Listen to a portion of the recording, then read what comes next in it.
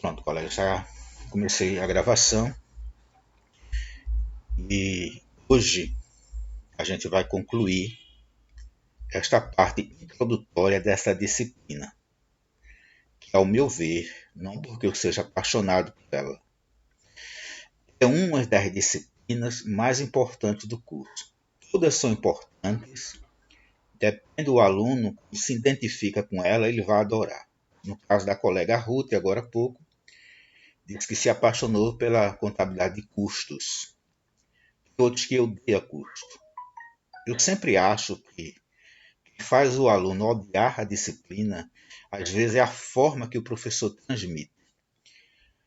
E às vezes ele começa a detestar a disciplina por razões de condução dessa disciplina. Né? E já outros gostam de qualquer forma dela. Eu, talvez eu hoje abracei o magistério por causa dessa disciplina, contabilidade pública. Então, a liberdade de dizer que fui o primeiro professor de contabilidade pública de Caruaru. Porque antes o pessoal vinha da Paraíba. Dava aula aqui, foi quando eu vou resolver aprender, viajar para fazer cursos e hoje algumas faculdades, essa disciplina agora é online, é DOL. Tá? Aí para quem gosta da área pública e acha ruim. Então essa parte nossa aqui, essa introdução, que é a base que a gente está criando, a base dela é baseado, fundamentado em legislações, como eu falei na aula passada. Então a gente vai terminar essa parte introdutória hoje e vamos entrar trabalhar um dos primeiros ditames legais, que é a Lei de Responsabilidade Fiscal. Porque quando a gente domina os capítulos da Lei de Responsabilidade Fiscal, que fala da contabilidade pública ou contabilidade aplicada ao setor público, os dois nomes existem ainda. Tá? Existe a contabilidade pública e a contabilidade aplicada ao setor público. No decorrer das aulas eu faço a distinção para vocês entenderem como é uma ou outra. Porque diz assim, não, o nome não é mais contabilidade pública. Continua sendo. Porém, existe a contabilidade aplicada ao setor público. A gente vai entender a distinção depois. Então, o primeiro de termos legais que nós vamos estudar, além de a gente estar fundamentado nessas primeiras aulas na Constituição Federal e na Lei 4.320, nós vamos começar a entender o que determina a Lei de Responsabilidade Fiscal. Quando a gente aprender isso, mesmo vocês não querendo se dedicar a esta disciplina, vocês, como cidadãos, vão aprender meio mundo de coisas sobre a lei. Vocês viram o impeachment de Dilma Rousseff, vocês vão entender o porquê ela foi, o que é que a lei diz, o que foi que fundamentou o impeachment dela, aquelas pedaladas fiscal. Quando a gente começa a entender essa legislação, aí fica fácil quando a gente escuta na TV alguma coisa que fala de gestão pública, a gente domina essa disciplina, não dominar 100% não, mas ter o fundamento dela, acabou-se. Isso aqui não vale só para vocês fazer prova não, mas essa disciplina vale para a vida de vocês, do dia a dia. Tá? Então, na aula passada, nós começamos a introduzir a disciplina e começamos a falar de três peças fundamentais na gestão pública. Uma peça que nós chamamos de PPA, que foi o Plano Plurianual. A gente deu umas pinceladazinhas na LDO, que é Lei de Diretrizes Orçamentárias, e também falamos na LOA, Lei Orçamentária Anual. A gente vai partir delas hoje, relembrando alguns tópicos, e vamos entrando. Depois a gente tem alguns exercícios, umas 5 questões para a gente fazer, é cobrada em concurso público sobre esse tema. E a gente, depois do exercício, a gente encerra essa parte introdutória e a gente começa a trabalhar as partes específicas. Receita, despesas, planejamento, transparência e por aí a gente vai trabalhando. Quando a gente falou do PPA, nós falamos de que é um planejamento de médio prazo. Um planejamento feito para 4 anos, para um período de gestão de um gestor público. Gestor público é aquele que vai gerir as finanças públicas, vai gerir a administração pública. Aí nós chamamos esse cidadão de gestor público. São eles, a nível municipal, o prefeito, estadual, os governadores e a nível federal, o presidente da República. Eles são os gestores. Existe uma palavra atrelada a eles, de gestor, uma coisa chamada ordenador de despesa. No decorrer daqui das aulas, vocês vão entender o que vem a ser ordenador de despesa. Por enquanto, a gente fica com a palavra gestor. Esse gestor, ele não trabalha, ele não deve, pelo menos ele não deve trabalhar aleatoriamente, sem saber o que fazer. Uma figura que aparece de vez em quando aqui na internet, quando você bota no Google imagem, aí tem uma figura que possa assim, uma figura Alice. Alice está num cruzamento, tem um caminho na frente dela, cada lado tem outra, e tem alguém numa árvore. E a Alice pergunta quanto ela deve seguir. E a pessoa que está na árvore, né, diz se ela não planejou, qualquer caminho vai servir para ela, porque talvez não dê em nada. A partir do momento que ela planejou o que tem que fazer, então o caminho a ser indicado, ela vai saber, né? Mais ou menos assim. Então a questão é a gestão pública, e que existia um planejamento.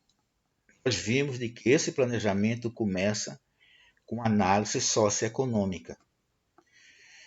O gestor tem que saber os problemas e as demandas do seu município e também o que o município tem de bom para oferecer. Baseado nesse levantamento, tendo conhecimento de indicadores, ele vai criar ações. Né? Nós vimos isso na aula passada. Ele vai criar ações para tentar resolver algum problema ou alguma demanda, ou melhorar algum setor, algum segmento. Então, ele precisa fazer as ações têm que ser fundamentadas. Ele faz essas ações, faz um conjunto de ações, que a gente viu que o conjunto de ações gera o programa tem que ter um nome, que tem um objetivo, que tem uma pessoa responsável por esse programa, e saber o valor que esse programa vai ter durante um exercício financeiro. Porque quando no seu programa está dizendo que você vai contratar professores, você tem que saber o valor que você vai pagar por ano por esses professores. Se você vai ampliar uma escola, que ter o valor que você vai despender para ampliar essa escola. Portanto, um programa ele vai ter valor, que os valores justamente o que é atribuído a cada ações. Então você vai ter programa para saúde, para educação, para segurança, infraestrutura, né? Habitação, você vai ter vários programas. Quando você junta esses programas todos, aí você tem essa figura que a gente viu aí chamada PA, que é o plano plurianual. Então esse plano plurianual é feito para os 4 anos. Então aí eu tenho vários programas. O município vai implementar, quer dizer, vai botar em prática as ações de acordo com a capacidade que ele vai ter de pagar, a capacidade que ele vai ter de despender recursos. Então, vai se escolher os programas prioritários. Qual desses programas criados para 4 anos, qual deles eu vou fazer nesse primeiro ano de mandato, no segundo ano de mandato? Então ele vai e escolhe. Neste momento, deveria ter a participação popular, através da audiência pública exigida pela Lei de Responsabilidade Fiscal. Geralmente eles fazem isso aí para cumprir a lei, mas porém faz depois que tudo está pronto. Ele só vai mostrar à população o que é que ele vai fazer. Às vezes a população não tem oportunidade de opinar, porque são os munícipes que sabem os problemas que tem nos municípios, que tem nas ruas, que tem nos órgãos públicos. É essas pessoas que precisam desse serviço público. Então, muitas vezes não participa. Vai para a reunião, ele registra que houve uma audiência pública, mas ninguém opinou nada, ninguém nada fez nada e ele vai seguir o que ele fez lá. Inversão de valores, que deveria ter essa participação pública. Né? Mas aí isso não vai ferir o mérito administrativo. Então ele escolheu alguns programas, que a gente viu que esses programas escolhidos chamam-se prioridades. Essa prioridade que ele fez não pode ser de boca, não. Ele escolheu quantos programas? 50. Quais são os programas? Esse, A, B, C, D. Tá? Esses programas têm que ficar numa lei. Aí surge a lei LDO, Lei de Diretrizes Orçamentárias. Esta é a lei que orienta a LOA. Esta lei LDO que orienta a lei orçamentária anual. Vamos entender como é que ela orienta. Eu botei nessa LOA aí 50 programas, 100, 200 programas, e vou começar a executar. A gente viu recentemente que os programas têm um valor. Então, se eu escolhi 50 programas, eu tenho ideia do valor da soma de todos os programas. Somei todos os programas e deu 20 milhões de reais. Então, eu sei que vou gastar 20 milhões de reais no exercício. Agora, para eu gastar esse dinheiro, eu preciso ter as receitas, os recursos públicos. Eu tenho que receber esses valores através de impostos, transferências federais, né, as transferências legais. Eu tenho que receber esse valor aí, através de convênio, que são as transferências legais. Então, aí eu tenho que dizer, eu vou gastar 20 milhões, eu vou arrecadar 20 milhões, aí eu tenho que provar. Ocorreu um período que o Brasil tinha uma dívida muito alta. Os municípios só tinham condições de arrecadar 5 milhões de autorização para gastar 10. Quando o legislativo aprovava os 10 milhões, então tornou lei. Então eu estou autorizado a gastar. Então eles começavam a gastar, mas não tinham de onde arrecadar o dinheiro. Aí vinha a questão do empréstimo, aí começou a gerar dívida pública. Então o Brasil se afundando, cheio de dívida pública, motivada por algum gestor público. O legislativo é quem autoriza o gasto, autorizava a gastar um valor, o gestor público sabia que não ia arrecadar. Mas como estava autorizado, gastar para pagar depois não tinha com que pagar. Só que com a lei de responsabilidade fiscal, isso acabou. Se eu disser que vou arrecadar 20 milhões, eu tenho que provar que vou arrecadar 20 milhões. Como? Mostrando a tendência do crescimento da receita dos 3 últimos anos. Eu arrecadei 19 milhões, no outro ano, o ano mais próximo, eu arrecadei 20 milhões ou 21 milhões, e eu agora estou dizendo que vou arrecadar 22, eu já consigo mostrar, através de memória de cálculo, que há uma possibilidade de eu arrecadar os 20 milhões. Eu tenho que provar isso.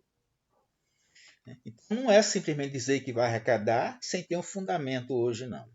Então, de acordo com essa capacidade de arrecadação, é que eu vou implementar os programas. Então, aí surge uma outra lei, que é a LOA, Lei Orçamentária Anual, que vai fazer uma fixação, preste atenção nessa palavra, fixação das despesas e planejamento Oi, diga, Bruno.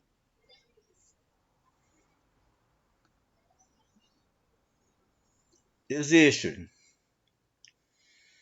Existe um teto, sim.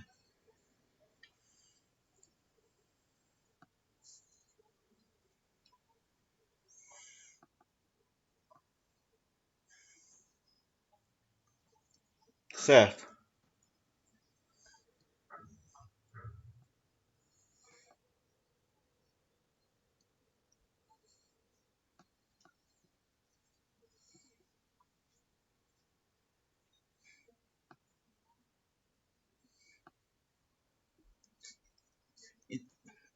Entendi, Bruno. Entendi. Existe o teto de gasto para a despesa de pessoal, né? Existe um limite lá, despesa pessoal, que não pode ultrapassar. Existe um limite de endividamento público, que não pode endividar. Mas existem algumas ferramentas orçamentárias que ajudam o gestor a se sair de uma situação dessa. Eu tinha um planejamento pronto, eu já tinha feito uma fixação de despesa, o valor X que eu vou pagar, uma previsão de receita. Eu não sei quanto eu vou arrecadar, mas eu já fui autorizado pelo Legislativo a gastar, hipoteticamente, 20 milhões. Se eu vou arrecadar, eu provei que iria arrecadar 20 milhões, mas agora se eu vou arrecadar, aí eu não sei. Mas nesse ínterim, aí surgiu a pandemia, surge um terremoto, surge uma enchente de grande proporção, furou meu orçamento. Existem três ferramentas que vai contribuir com o orçamento. Essa especificamente que você falou é a figura do crédito extraordinário.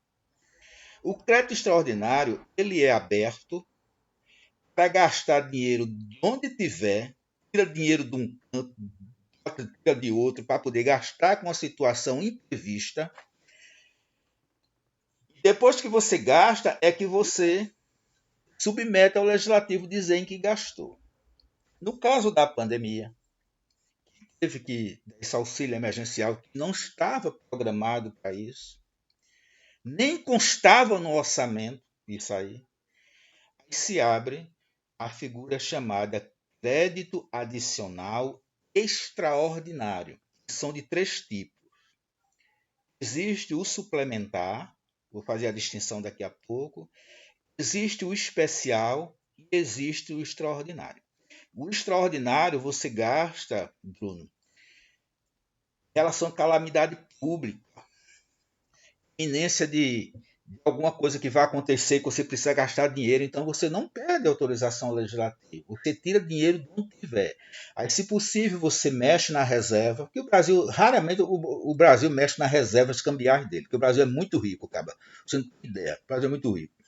Então, ele tira dinheiro de onde tiver, ele tira dinheiro de um setor de infraestrutura, ele tira setor, não é conveniente nem permitido ele tirar dele saúde, tirar dele educação, que aí seria ser muito inconsequente.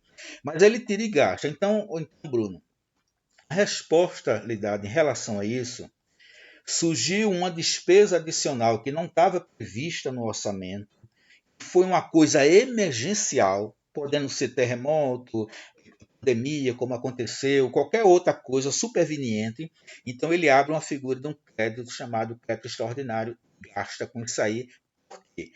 Porque atender a necessidade pública é prioritário. É prioritário. Se você tiver uma casa de 10 quartos e tiver uma enchente no seu bairro e o hospital foi inundado, o Estado tem o direito de usar a sua casa. Você sai de sua casa, vai botar você em algum local, ou dividir o espaço, mas o Estado tem o direito de usar a sua casa em prol de uma coletividade maior. Tanto por isso, Bruno, que aí ele tirou o dinheiro de onde tinha, abriu o crédito extraordinário. Agora existe outra figura do crédito. Deixa eu concluir só esses dois, que é uma dotação que existe, foi autorizado a gastar, hipoteticamente foi autorizado a gastar 2 milhões com a saúde. No decorrer do período, vacina, esse período todo, esse recurso foi insuficiente, mas já existia autorização, só que foi insuficiente. Milhões. Eu não preciso de 2, não, eu preciso de mais 2. Abre-se também um crédito, agora só que esse crédito agora é chamado suplementar. Ele suplementa uma dotação que já existia. Observe a diferença. O extraordinário, um fato que ocorreu do nada. Então, esse é extraordinário. Não tinha dotação prevista para isso. Mas quando tem um que tem dotação prevista, mas é insuficiente, aí chama-se crédito suplementar. Existe a terceira figura, crédito especial. O especial é o seguinte: você está normalmente no seu orçamento, aí surgiu um projeto novo do governo, aí o governo quer que determinado município execute aquele programa para ele. Mas o município, aí ele manda dinheiro através de um convênio, ele manda o dinheiro. O município não pode gastar. Por que não pode gastar? Porque não tinha um projeto no orçamento. Não foi um caso extraordinário como no caso de uma pandemia. Mas não tinha previsto aquilo ali. Então, a gente, inclusive na aula de hoje, a gente vai falar alguma coisa disso. Então, aí tem que abrir um crédito. Esse crédito chama-se crédito especial. Porque não estava no orçamento e tem um dinheiro. Aí o dinheiro, aí só pode executar esse projeto só pode gastar esse recurso se o projeto tiver no orçamento. Aí esse tipo de crédito, Bruno, nós chamamos-se crédito especial. Existem 3 tipos de crédito, tá? Extraordinário, calamidade pública, enchente, pandemia, que aconteceu aqui agora. Existe o suplementar, que suplementa uma dotação que já existe, e existe aquele que não é tão emergencial, mas vai ter que executar, mas não está no orçamento. É o especial. Certo, amigão? Então, pronto, tudo isso está dentro do orçamento. Observe com a riqueza do que é a contabilidade pública. Contabilidade pública ou contabilidade aplicada ao setor público é um negócio extraordinário.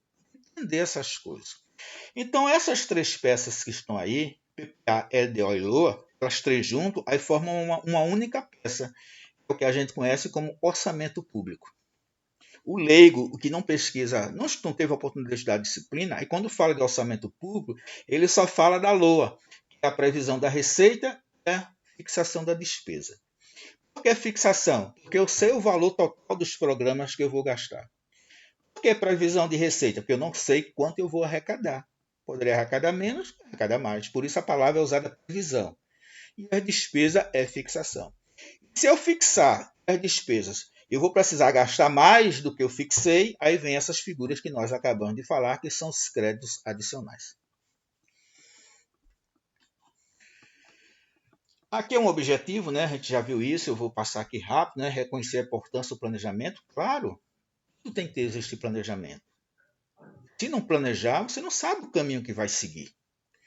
Então, mais do que tudo no mundo, são as entidades públicas. Tem que planejar. Se não planejar, o prefeito fica perdido, vai deixar os secretários dar diretrizes, né, sem ter noção muitas vezes do que está fazendo. Portanto, o planejamento é fundamental.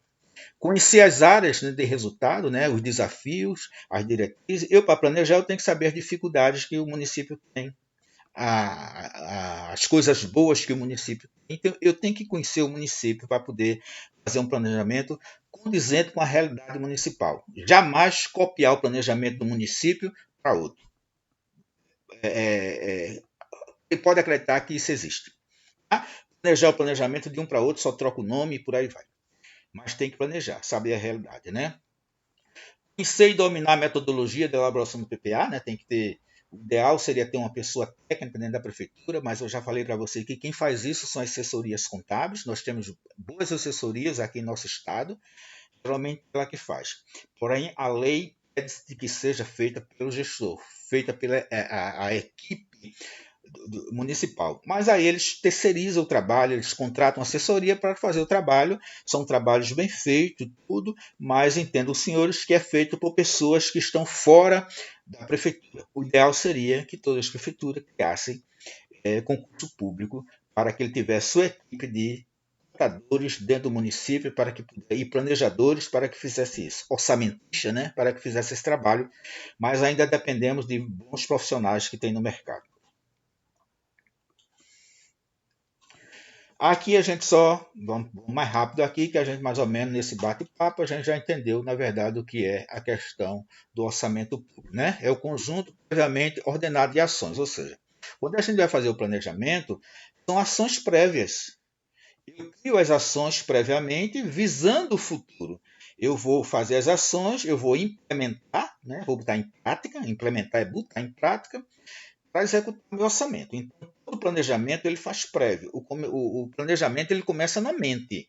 Ele começa na mente baseado numa realidade. Então, eu planejo isso. Eu não posso planejar nada se eu não souber as diretrizes. Não sei o que fazer. Como é que eu vou planejar o que eu vou fazer? Quando eu conheço a realidade, então eu tenho como planejar.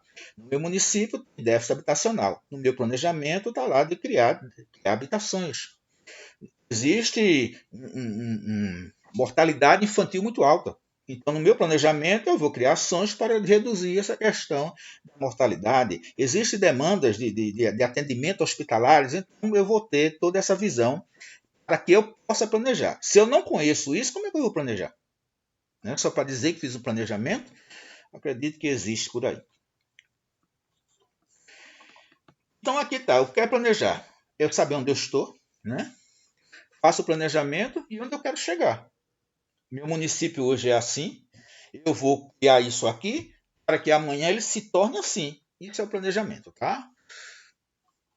Planejar tem essa essência. Aqui vem o planejamento governamental tem como fundamento a definição do que se deve ser feito. Bom, tudo que se lê aqui nesse slide aqui agora é o que a gente já entendeu. É o que eu quero fazer, então eu vou planejar para isso. Quando eu planejo, eu faço um planejamento para 4 anos. Vai começar a vigorar. Assumir agora o município. Eu fiz meu planejamento, ele só começa a vigorar a partir do próximo ano. Tá? E depois a gente vai entender o porquê. Deixa eu abrir, deixa eu já lembrar isso aqui aos senhores. Vamos supor que eu assumi agora, em 2021, a Prefeitura X. Então, eu começo a fazer meu planejamento. Meu planejamento, depois de pronto, a nível federal, eu tenho até o dia 31 de agosto para enviar meu plano anual. Eu mando, ele vai se tornar lei, ele tem que ser devolvido até o dia 22 de dezembro.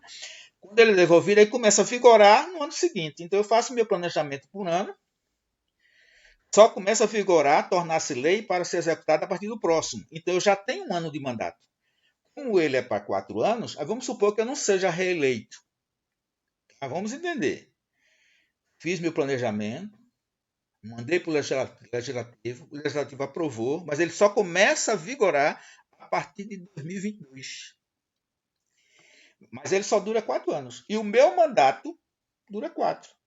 Eu já tenho um ano de mandato. Quando termina meu ano de mandato, aí começa a vigorar o meu planejamento, o PPA. Quando termina o primeiro ano do PPA, é o segundo ano de mandato meu. Quando termina o segundo ano do PPA, é o meu terceiro ano de mandato. Quando termina o terceiro ano do PPA, é o meu quarto ano de mandato. Aí eu não sou reeleito. Aí ficou faltando um ano. Como é lindo a legislação pública, porque esse ano que ficou faltando é para o que assumir, dar continuidade a esse ano que falta, para dar tempo ele fazer o dele. Eu assumi e vou fazer o meu, mas a minha gestão está levando em consideração o planejamento do meu antecessor. Agora, aí você já sabe, na realidade, que a maioria não faz isso. E nada opina do outro. Vai cumprir alguma coisa, mas não vai dar prioridade ao que estava programado. Aí vocês vão falar aí, no tal do elefante branco, as BRs que estavam sendo calçada e deixou de ser calçada, as escolas que estavam sendo construídas e deixou de ser construída, os viadutos. Aí vem aqueles elefantes brancos tem aí. Por quê? Porque quem assumiu não deu continuidade à obra do outro. Deveria dar. É o princípio da continuidade. Aí para vocês entenderem mais ou menos os problemas que há no final de mandato. Quem assume, aí encontra carro velho nas oficinas, sem motor, sem peça. Que o cara... Pelo amor de Deus, cara. Porque não deu. O assumiu, porque quem deixa estar no último ano de mandato, aí sabe que é outro que vai assumir, aí já não faz. Aí o cabra que assume, aí não dá continuidade porque foi o outro que deixou. Aquela briga política, né? Aí realmente às vezes dá continuidade quando é o cara, é o meu candidato, foi meu sucessor, foi eu que fiz meu sucessor, é do meu partido. Aí dá tudo certo, né? Que todo mundo esconde tudo, todo mundo dá continuidade de tudo, mas quando é o adversário, aí nós temos esse problema.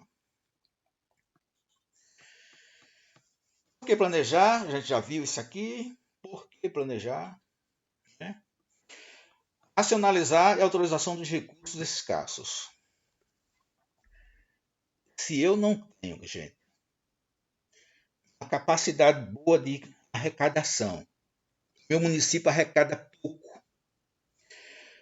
Esses dias você está vendo aí na televisão uma reforma tributária. Entenda aí, por favor, isso vai para o dia a dia para vocês agora. Vocês viram recentemente uma reforma tributária aí, falando da redução do imposto de renda, né? Redução do IPI. Aí alguém disse assim, aí o prefeito já começou, o prefeito disse, não, isso vai mexer com o município. Vamos entender o que é que vai mexer, vai ferrar o município. Por quê? No estado de Pernambuco nós temos 184 municípios. A Paraíba tem mais, são 214, 213. Tem 184 municípios. 80% ou mais depende de uma coisa chamada FPM,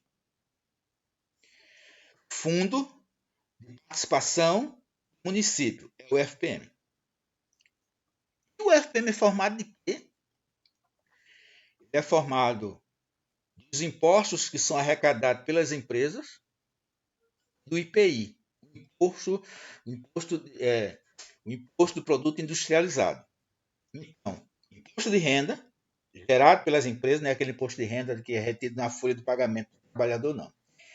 O imposto de renda pago pelas empresas em cima do lucro dela, sobre o IPI, né? Imposto sobre produto industrializado. A União arrecada, isso é um tributo da União. A União arrecada e reparte para os municípios. Aí o município leva a sua fatia. Se diminuir a arrecadação do imposto de renda, acabou-se. Diminui a arrecadação dos municípios, porque vive exclusivamente da FPM. Outra coisa, a folha de pagamento do município, às vezes é 90% ou mais das despesas, apesar de ter, alguém falou aí, o limite de gasto, sendo caso a nível do município, 54% da receita corrente líquida. Então, aí, se baixou o recurso, provavelmente vai baixar a receita corrente líquida do município. Se vai baixar a receita corrente líquida do município, os 54% vai lá para baixo, monetário. Então, como pagar os servidores? Aí desmantela tudo. Desmantela tudo. Tem que ter uma estrutura muito bem feita. Não é simplesmente baixar imposto, não. Portanto, o município que não tem uma capacidade boa de arrecadação, aí por isso está aí. Aí não pode realizar o que está planejado, porque vai depender do recurso que ele vai receber. As decisões, porque as decisões têm que ser seguras, têm que ser decisões acertadas, fundamentadas, para que não venha prejudicar nenhum setor da sociedade, né? E vem aqui a questão da transparência, que a gente vai ver no artigo 48 da Lei de Responsabilidade Fiscal, né, que a gente, depois de terminar toda essa parte introdutória aqui, a gente vai entrar na Lei de Responsabilidade Fiscal para que vocês entendam o que danada é essa lei, a importância dessa lei para o nosso país. Então vem a questão da transparência, né? Por que eu tenho que mostrar à sociedade o que estou fazendo? Porque o dinheiro é público, o dinheiro não é do prefeito, o dinheiro não é da prefeitura, não. O dinheiro é público, porém gerenciado pelo prefeito municipal. Eu falo sempre a nível de prefeito porque é a célula máter do município, né? Aí fala o prefeito aí. Então tem que ter transparência nesses atos. Não aqueles atos sigilosos, que é coisas internas, que não vai estar divulgando isso, mas em questão a questão fiscal, a arrecadação de receita e despendimento de recursos no caso da despesa, isso tem que ser divulgado.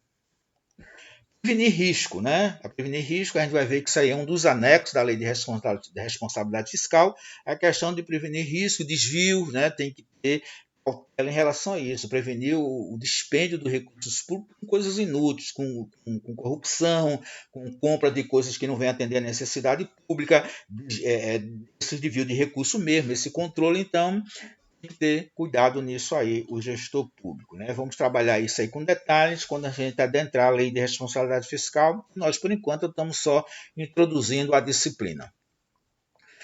Mais uma vez, vem a repetição aí, né? Vem toda ação pública deve ser planejada. Se planejar a ação pública. Mas em cima tem, né? É a definição do objetivo e o estabelecimento de meios para atingi-los, né? Então, todo planejamento tem que ser planejado. Os gastos públicos devem ser planejados para assegurar o equilíbrio fiscal. O que é o equilíbrio fiscal?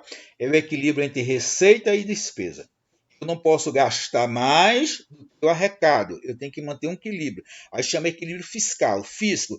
Quando se falar em fisco, está se referindo a receita e despesa. Então, o equilíbrio fiscal, aí entenda-se que é o equilíbrio entre receita e despesa que tem que resistir. E para isso a Lei de Responsabilidade Fiscal trouxe alguns limites, né? Alguns pilares, que entre eles estão os limites. Os gastos do governo deverão ser compatíveis com a capacidade de arrecadação, que a gente falou lá em cima, né? Eu só não posso dizer, porque antes eu de autorização para gastar, coisa que eu sabia que não ia arrecadar. Hoje não, hoje eu tenho que ter memória de cálculo, levar em consideração a tendência da receita dos 3 últimos exercícios para poder ver se realmente você vai arrecadar aquilo que está dizendo que vai arrecadar. Mais uma vez, deve ser planejado o gasto para assegurar o equilíbrio fiscal, isso aí nós já entendemos. Aí vem a dificuldade a ser. Agora sim. Mas é fácil fazer isso? É fácil? É legal? Não, existem algumas dificuldades para fazer, né? Dificuldades a serem enfrentadas nas programação de gasto, no planejamento governamental. Então, olha só, compatibilizar a necessidade de gasto com receita. Isso é um problema seríssimo, cara. Aí o pai diz assim, no hospital do meu município não tem nada. Até seringa falta. Para, algodão, qualquer coisa que você acha que falta no meu hospital. Isso aqui é fácil, é?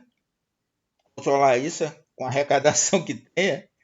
Então, o gestor, além do planejamento, ele tem que ter muito equilíbrio fiscal, ele tem que ter uma equipe muito boa. Porque, às vezes, ele quer fazer as ações, mas não tem recurso.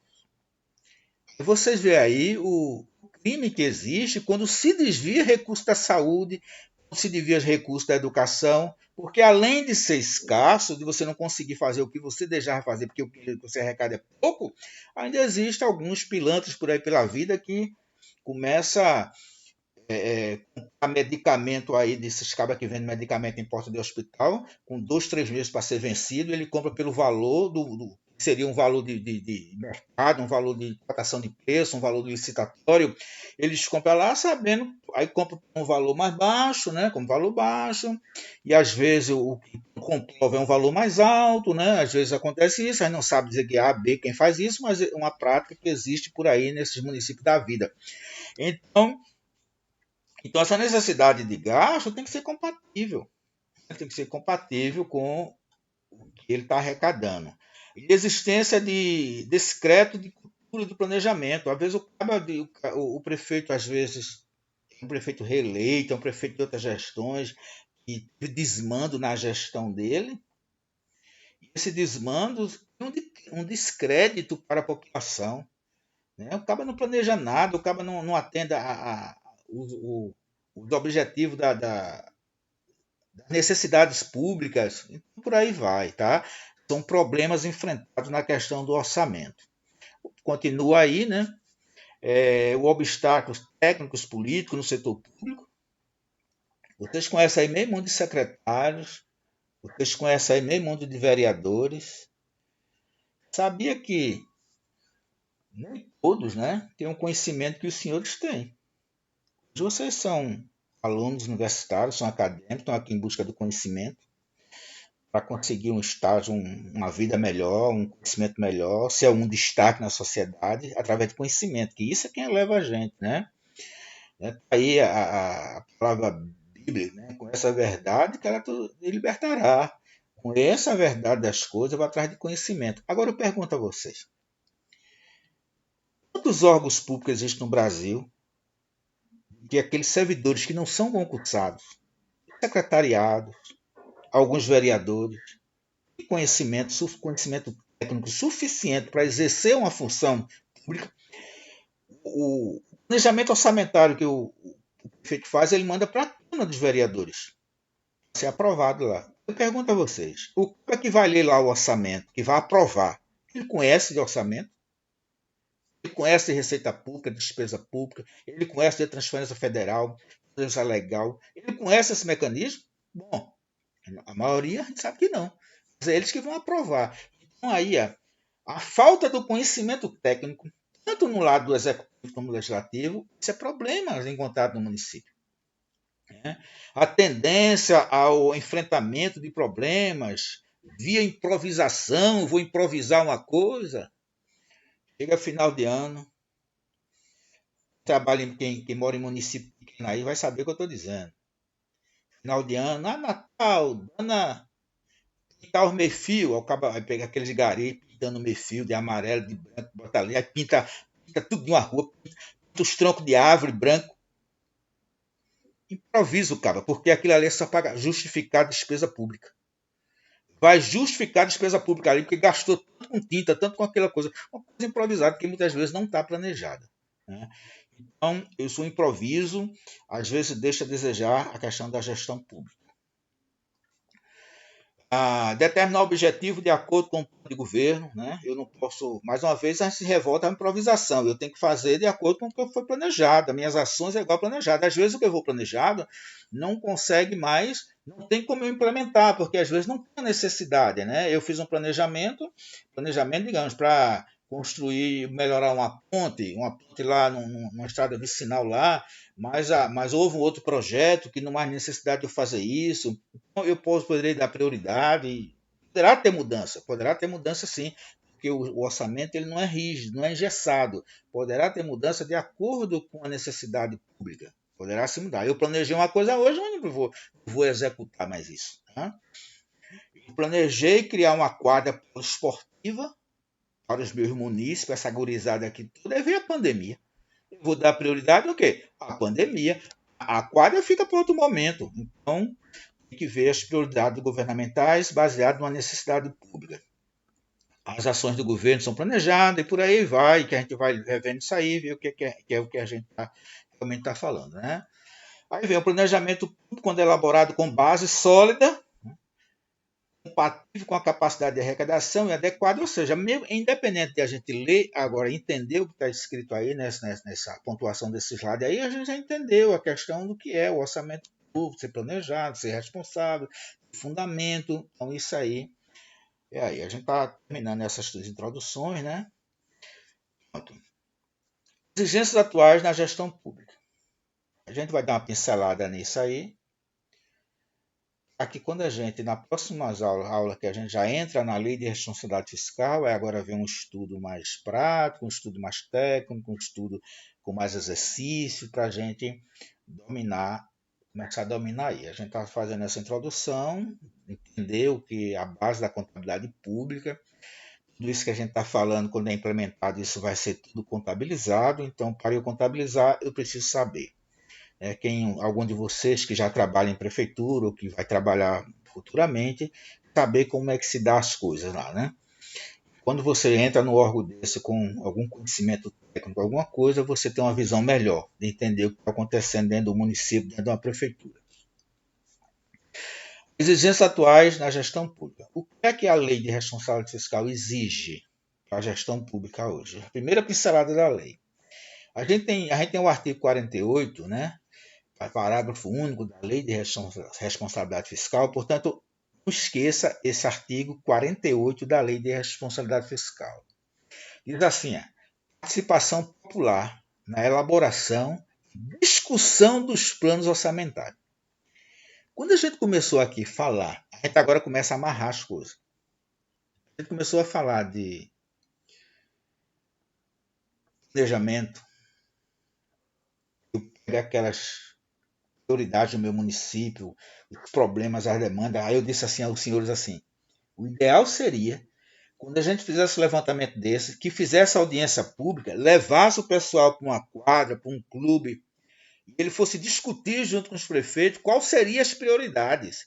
Porque é quem está lá no município, é quem sabe o buraco da rua, é quem sabe o esgoto que nos corre, é quem sabe o problema do posto de saúde. Muitas vezes não é o prefeito nem o secretariado que está lá no gabinete sentado, não. Então é a população que deveria opinar agora. Os programas a proposto, aí a população ia lá agora aprovar e sair para ir para o planejamento, plano anual. Assim. Por quê? Porque existe uma determinação legal que seja assim. E Luiz?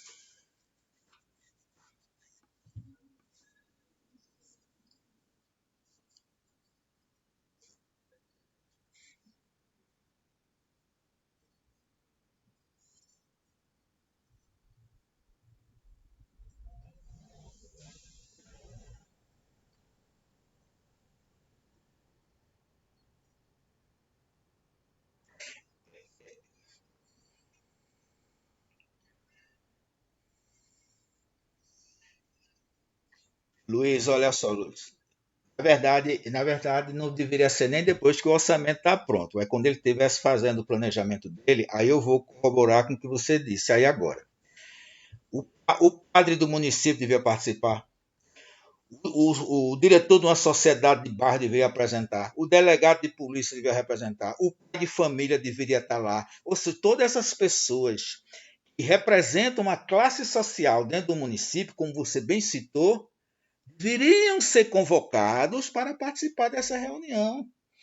Porque é de convite, que eu convido todo mundo, cada um vai querer dar sua opinião, né? Vai ficar um negócio meio bagunçado.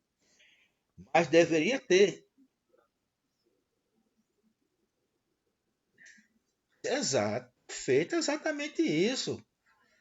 Padre iria representar uma classe católica, um pastor evangélico, né? Um diretor, um presidente de uma associação de bairro, presidente de um sindicato de classe. Eles iriam opinar. Não existe isso, não. O cara primeiro ele apronta, ele faz, aí faz audiência pública, por quê? Porque esse artigo 48 exige que seja feita uma audiência pública. Aí você registra que o que fez e pronto. Às vezes ela não teve efetividade. Já levou tudo pronto, vou fazer isso, aquilo outro, e a população não opinou. Mas ele registrou que fez audiência pública. Agora, o que é isso aí, Luiz? Muitas vezes é a questão do conhecimento técnico, é do respeito pela população, que não existe. Às vezes o cara assumiu, ele faz, mas não sabe tecnicamente como deveria ser feito. Muitas vezes é ignorância na legislação, né? Mas deveria. Então lembre o seguinte, que vocês vão fixar, a gente vai estudar essa lei, que é o artigo 48 da Lei de Responsabilidade Fiscal, que diz que tem que ter audiência pública, uma participação popular, para discutir o plano. Não é pegar ele pronto e só baixar a cabeça, o prefeito está certo, isso está, não é assim não. Tá? Mas infelizmente está sendo dessa forma.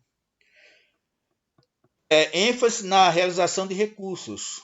O orçamento moderno, veja só, o orçamento moderno, ele visualiza o resultado da coisa. Foi o impacto social. Aí no orçamento público tem uma previsão de recursos. Eu vou citar mais uma vez o programa PET. O PET, que é para eu aplicar esses recursos nas crianças que estão em grupo de riscos, fazer essas crianças para uma integração social, para dar lazer a essa criança, dar esporte, educação. Recebo dinheiro para isso. O munícipe, os gestores públicos recebem recursos para isso, para gastar com essa criança de rua, plástico cheirando cola, catando lixo, recebe recurso, não é pouquinho não. Aí você pergunta depois, esse exercício que passou, qual foi o impacto, os gastos desse recurso com as crianças? Aí você não tem um dado estatístico. Aí nunca se acaba o problema de criança em grupo de risco nos municípios. Porque você não tem levantamento estatístico para dizer quantas crianças você resgatou, quantas crianças você tirou lá da rua de Cheiracola, que ele hoje estuda na escola primária, participa de um esporte. Quantos atletas tem por aí no meio da rua? Aí você não tem esses dados, tá? Portanto, a ênfase deveria ser no resultado, né? A questão da sociedade, qual foi o impacto gerado na sociedade do orçamento público. Ainda carece muito disso. Deverá refletir a realidade, né? A lei de responsabilidade fiscal, o princípio do equilíbrio das contas públicas, a gente falou isso em outras palavras, que a lei de responsabilidade fiscal é que me proporciona o equilíbrio orçamentário, receita e despesa, né? Tem que estar esse equilíbrio. Deve ser transparente, né? Eu tenho que divulgar, se possível, deveria ter outdoor, entrada do município, arrecadei tanto, gastei tanto com isso, tanto aquilo outro, e isso documentado, seria uma forma de transparência. Né? Essa audiência pública, não só para fazer orçamento, mas deveria ter uma constância, reunir a população para dizer o que arrecadou, o que gastou, o que fez, o que deixou de fazer. Isso deveria existir, mas por aí vai, né? Vamos produzindo aí. Muito bem. Então, a gente agora deu essas pinceladas sobre essas questões do orçamento, uma ideia. As aulas irão decorrer de acordo com o conhecimento interno, conhecimento da legislação, basear nisso para que você realmente, quando falar de uma coisa, falar com fundamento de causa, não dizer o achismo, que alguém disse que é assim, não. Você vai dizer, isso é assim porque a lei diz que é assim, assim, assim, fundamental. Então, existe uma metodologia para tudo isso, né? Modelo lógico de gestão. Primeiro que a gente viu, a questão do orçamento tem que ter a programação. Vai ter a programação, definição dos problemas, né? Nesses problemas, não só problemas, mas tem demandas. O problema do município é uma ponte caída, é um déficit habitacional, é um esgoto estourado, e são problemas, mas existem também demandas. Existem demandas lá. Um posto de saúde para atender 5 bairros, né? Uma delegacia de polícia com 4 policiais para atender a criminalidade de um bairro todo. Então, existem demandas em relação a isso, né? Portanto, tem que se traçar um objetivo e indicar os indicadores. Tem que saber qual é o percentual, né? Qual é o quantitativo. Então, quando se vai fazer um planejamento desse, o primeiro passo é se utilizar de uma metodologia de gestão. Essa metodologia, que nós demos uma pincelada nela lá no início da aula passada, eu defini, identificar isso através de quê? De uma análise socioeconômica. Vou analisar quantas crianças tem fora de sala de aula de 7 a 14 anos. Qual é o índice de desemprego no meu município? Qual é o déficit habitacional que eu tenho no meu município? Quantas pessoas estão morando embaixo de um viaduto? Eu tenho que saber esses indicadores. Tá? Sem esses indicadores, não tem como eu agir. Como é que eu vou reduzir? Como é que eu vou provar para a sociedade que minha gestão está sendo positiva? Eu tenho que diminuir isso aí. Tem que divulgar. Que tem uma assessoria de imprensa muito boa para divulgar essas coisas, mas com fundamento. Né? Depois que eu identifico meus problemas e as demandas, eu vou criar as ações para resolver. As ações para resolver. Essas ações vai ser baseada nesse levantamento que eu fiz, né? E elas vão ser implementadas de acordo com os recursos. Os recursos, né? Os produtos é o que eu vou gerar, né? Eu posso gerar produto, posso gerar serviços. Portanto, essa parte do monitoramento, vou verificar das minhas ações, os recursos, o que gerei, meus produtos sociais, pode ser uma redução do indicador, uma melhoria no hospital, numa maternidade, o que for. Eu tenho um produto gerado, para a ação das minhas ações. Aí eu preciso ver duas coisas importantes. Que isso que eu gerei, se teve eficiência e se teve eficácia. Mais embaixo tem efetividade. Eu vou distinguir essas três coisas para vocês, porque quem não entende ainda o sentido dessas palavras, vai ficar mais fácil a nossa compreensão. O que é eficiente? Né? Aquilo que é eficiente é aquilo que eu faço satisfatoriamente. Muitas vezes eu faço com menos recurso, eu atendo a necessidade, eu estou sendo eficiente. Depois eu vou fazer uma analogia para ajudar a gente a entender. Então eu estou sendo eficiente. Qual é o remédio bom para isso? O cara diz assim, eu tô com dor de cabeça. Existe meio mundo de remédio para dor de cabeça. Qual deles é eficiente para mim? Ah, vamos tomar Doril, vamos tomar Nador, vamos tomar D não sei o quê. Ah, esse é eficiente para você, significa dizer eficiente que ele vai atender a sua necessidade. Agora, ele atendeu? Se ele atendeu é porque ele foi eficaz. Então, eu tenho que ser eficiente nas minhas ações, diminuir um indicador, vou ser eficiente, eu tenho várias ações para resolver aquilo ali. Então eu vou usar essa ação aqui. Depois que você faz, a gente precisa saber, ela foi eficaz, quer dizer, ela surtiu efeito, a sua ação surtiu efeito. O remédio que você tomou para dor de cabeça é entre vários que você poderia escolher. Você escolheu um, foi eficaz, escolhi isso aqui. Agora, ele foi eficiente, resolveu o seu problema, resolveu. Pronto. Aí vem outra questão da palavra efetividade. A população aceita isso aí? Se todo mundo aceitar, olha um exemplo assim, vê só. Nosso presidente da República, quando começou como medicamento, esqueci até o nome agora, ele dizia que era bom para contra a Covid, esqueci o nome do medicamento, cara. Bom, então vamos mudar esse tema aí que eu esqueci o nome do medicamento. Pronto. Minha menina já gritou também aqui. Pois bem, existia outros medicamentos, tá? Existia outro aí. Ele tomou isso aí, ele diz que tomou, Foi eficiente para ele, atendeu a necessidade, ou seja, ele tomou isso aí entre vários outros. Ele procurou uma eficiência. Não, isso aqui é melhor, a eficiência é mais barato, é mais prático, está aqui à minha disposição, eu tomei. Aí ele é eficiente. Agora, surtiu efeito? Aí vamos supor que surtiu efeito para ele. Mas a população aceitou isso? Não. Então, se a população não aceitou tomar esse medicamento, então não houve a efetividade. Não houve aceitação da sociedade. Então, não houve efetividade. Então, é justamente isso na administração pública.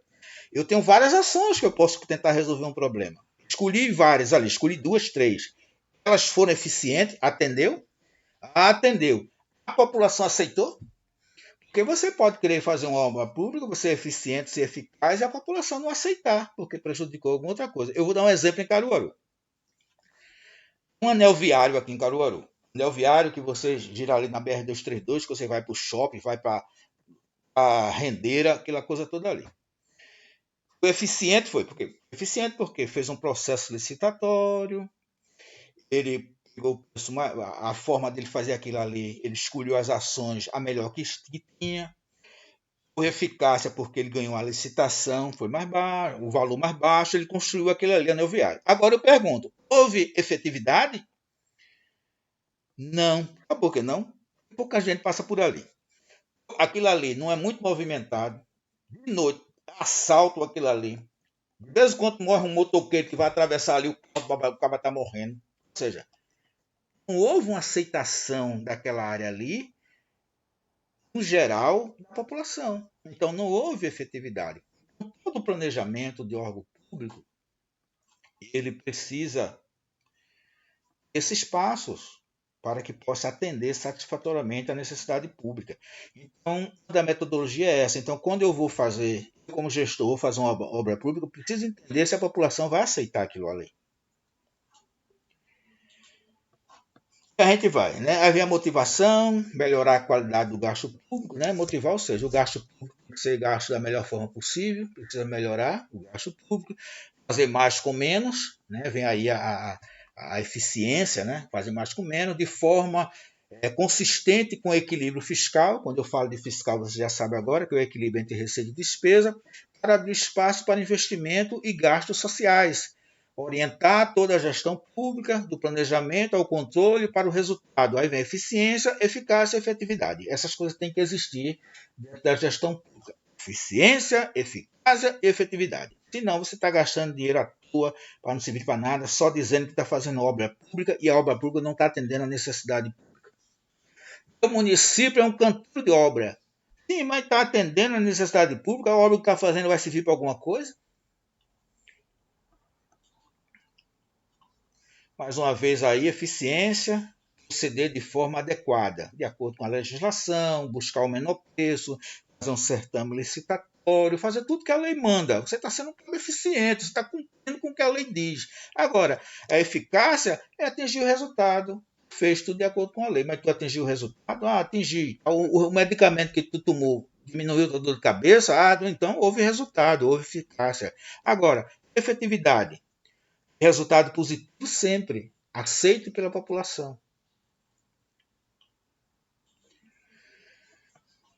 Aí está terminando essa parte introdutória, viu, para depois começar a trabalhar isso para valer.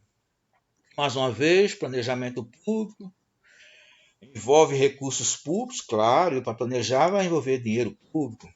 Portanto, a Constituição exige que os instrumentos de planejamento sejam instituídos por lei, ou seja, os três instrumentos. Eu vou perguntar assim a vocês agora. Quais são os três instrumentos de planejamento? Aí você já me diz.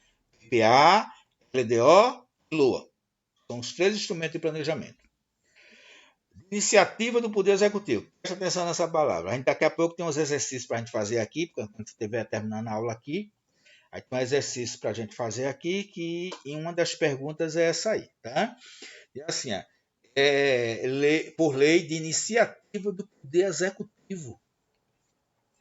Quem é que dá início à lei do orçamento? A Câmara faz o orçamento dela. O Poder Judiciário faz o orçamento deles. O Poder Executivo faz o orçamento. Quem é que deve começar esse orçamento? que deve dar início? A gente está vendo aqui, já adianto aqui, que é lei de iniciativa do Poder Executivo, que a gente vai ver daqui a pouco, um exercício que a gente vai praticar aqui. Seja analisado e aprovado pelo Poder Legislativo. Então, a lei, essas três peças orçamentárias, planejamento para 4 anos, que é o PPA, a LDO, que cada ano você faz um na LDO, e a LOA, que cada ano você também faz um. Significa dizer que você vai ter 4 LDO, 4 LOA e um PPA. Todas essas leis é de iniciativa do Poder Executivo. É uma lei, é um projeto de lei. Aí eles mandam isso para onde? Ele manda para o Legislativo. A gente vai entender o orçamento da Câmara. O orçamento da Câmara, ele prepara o orçamento da Câmara, manda para o Executivo inclui no seu planejamento orçamentário e manda de volta para a Câmara para ser aprovado. Você sabe que a Câmara Municipal não tem receita, né? Ela não recebe arrecadação.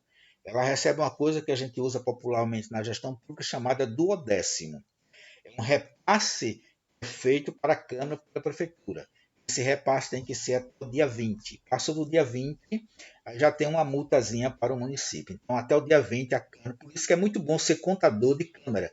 Porque você já sabe que todo dia 20 o dinheiro está lá. Continuando, a sociedade participa do processo dela. Olha, venha, a sociedade, veja o conhecimento dos senhores até agora. A sociedade participa do processo de elaboração e aprovação desse instrumento através das audiências públicas e da representação parlamentar. Da representação parlamentar, isso sim, isso é fato, são aprovados pelos vereadores. Agora, na sua audiência pública, deixa a desejar, porque nem sempre eles fazem audiência pública e muitas vezes não cumpre o que diz lá o artigo 48 da Lei de Responsabilidade Fiscal. O que a gente tem aqui? O município, né, é um prestador de serviço, cara. O município é um prestador de serviço. Ele deve prestar serviço à população. Ele recebe recursos para isso. Tá? Então, digamos, uma coisa que talvez vocês não saibam, né? Alguns aí. Um hospital municipal. Ele, ferimento, quebrou a perna, você vai lá, o cara bota o osso no lugar, engessa, dá uma injeção, dor de barriga, vai lá, um Buscopan. Foi atendido pelo hospital. Vocês pensam que esse serviço é de graça? É não, é de graça para os munícipes, porque o Estado só existe por uma razão, fazer o povo feliz. O município só existe para prestar serviço e proporcionar produto à população. Mas o serviço do hospital lá não é de graça, não. O SUS paga os hospitais. Tá? Todo medicamento que você vai encontrar no hospital é pago pelo SUS, acaba. Ele faz uma prestação de serviço que não é gratuito, não é gratuito para você, mas para o hospital não. Ele recebe recursos para isso. Nós temos aqui, prestação de serviços públicos, agente arrecadador de recursos. Ele arrecada recursos, não seu, que você não paga, mas ele recebe do SUS, do governo, as transferências da Secretaria da Saúde, manda recursos para o município, para os hospitais, para atender a população. E funcionarão as despesas decorrentes da prestação de serviços. Está lá. Portanto, a secretaria é a unidade de trabalho, a servidora, né? A secretaria é uma unidade de trabalho, ela está lá para atender essa população. Como atender a demanda? Cumprindo as missões dela, as atribuições, a participação, a responsabilidade. Então, o que é que a gente observa aí? Que o município ele recebe recursos que deverão ser devidamente contabilizados por vocês, futuros contadores públicos, deverão ser contabilizados esses recursos que ele recebe. Para quê? Para que tenha uma missão, atender a necessidade pública. O recurso sai de graça para a gente, entre aspas, porque a gente também, os trabalhadores que pagam imposto, que os impostos revertidos para isso. Então o fundamento da secretaria é isso, é atender à necessidade pública através de uma prestação de serviço, e isso não é de graça para o município, não, ele recebe dinheiro para isso. Inclusive, indiretamente, a gente paga quando a gente paga os nossos impostos. Porém, o imposto não é vinculado. Quem é vinculado é a taxa, a contribuição melhoria é vinculada. O que quer dizer vinculado? Você paga uma taxa para tirar um passaporte. Então o serviço já está pronto ali. Paga aqui e me dá meu passaporte porque eu paguei taxa. Contribuição melhoria é para ter um benefício no seu imóvel. Agora, imposto não. Imposto não é vinculado, não. Você não sabe porque você paga o imposto. Porque o imposto tem que ser arrecadado pelo órgão público e revertido para a sociedade e ele aplica onde ele quiser. Quando você vê assim o repórter, uma estrada cheia de buraco, o caminhoneiro passa, o taxista passa, o repórter, e aí, o que você acha desse buraco? Ele diz, nós pagamos nossos impostos e não refaz nada nessa rua aqui, essa estrada é cheia de buraco. Atenção. O imposto que ele paga com IPVA, não existe nenhuma obrigação de gastar na estrada. Não tem nenhuma obrigação de um específico. Por quê? Porque o imposto não é vinculado. O imposto depende do mérito administrativo, depende do gestor. Ele bota aquele dele onde ele quiser. O cara que paga imposto a vida toda e não é beneficiado. Porque o gestor é que diz onde quer botar o dinheiro. Tá bom? Então, o cara diz assim, não, o ideal seria o gestor público pegar o dinheiro do IPVA, que ele recebe 50% do IPVA do carro do município, 50% pertence ao município, investir numa BR dessa para tapar buraco. Mas a lei não permite isso. A lei não diz que é assim, não tem vinculação. Agora, taxa não. Taxa, pagou taxa, você paga e tem que ter serviço a contrapartida. Tem que ser divisível igualmente. Digamos, por que taxa de iluminação pública deixou de ser chamada taxa de iluminação pública? Hoje é contribuição de iluminação pública. Porque passou a ser inconstitucional a palavra taxa para a iluminação pública. Mas como assim? Porque tem que ser divisível igualmente. E a lâmpada da iluminação pública não é. Porque tem um poste na frente da sua casa e tem outro daqui a 20 metros. Então quem está no meio, não tem a mesma iluminação que você tem do poste que está na frente da sua casa. Então não é divisível igualmente, igualitariamente. Portanto, não pode ser chamada de taxa, porque taxa tem que ser igualitário. Aí passou a ser o quê? Por que contribuição? Porque o município disse, eu vou perder o dinheiro, a taxa de iluminação pública. Aí mudaram o nome para ser contribuição de iluminação pública. Nada que o município faz é de graça, ele recebe dinheiro por tudo. Pronto, gente. Aí a gente vai dar uma consolidação desse bate-papo que a gente teve. Com isso aqui a gente termina a introdução da disciplina. Próxima aula a gente vai começar, eu vou dizer os tópicos que a gente vai começar a estudar na última aula. O primeiro ditame legal que a gente vai destrinchá-lo é a Lei de Responsabilidade Fiscal. Iremos trabalhar os pontos principais da lei, fundamental para todos nós como cidadão entender. Entender e quando estiver discutindo a gente saber o que está falando, né? Pelo menos baseado na lei. Então vamos começar em relação a esse papo que a gente teve. Como foi que a Fundação Getúlio Vargas cobrou isso aí num concurso público de analista legislativo? Né? Então ele cobrou da seguinte forma. Vamos discutir cada parte. Aí essa questão eles perguntaram assim. Todos vocês já vão responder isso.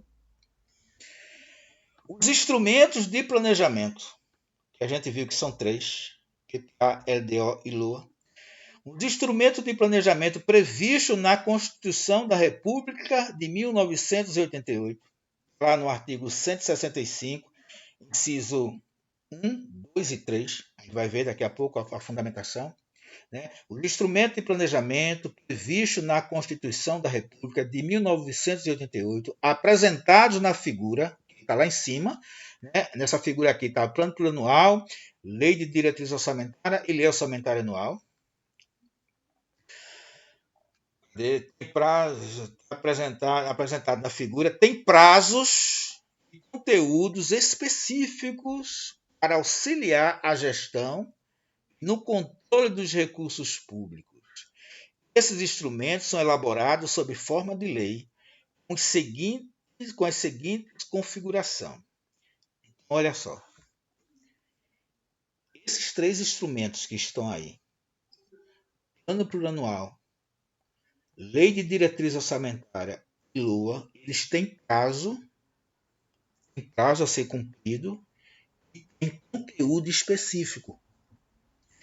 Tem conteúdo que só pode existir na LDO, tem conteúdo que só pode existir na LOA, tem conteúdo que só pode existir no PPA, Portanto, elas três juntas formam orçamento público, tá? Mas elas têm conteúdo específico. Tá? Vamos estudar isso, tá? Quando a gente começar a estudar a Constituição Federal sobre esses instrumentos aí, a gente vai dar uma mergulhada nisso.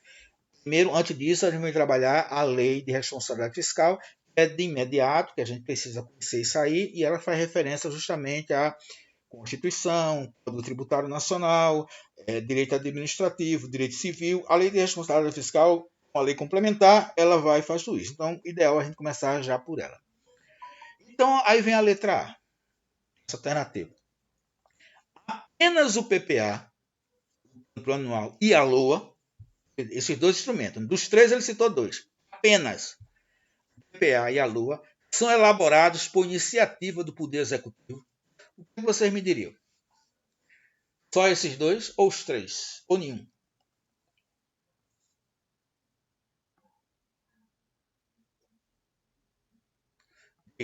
Luiz ia falar, diz Luiz. Os três. Os três.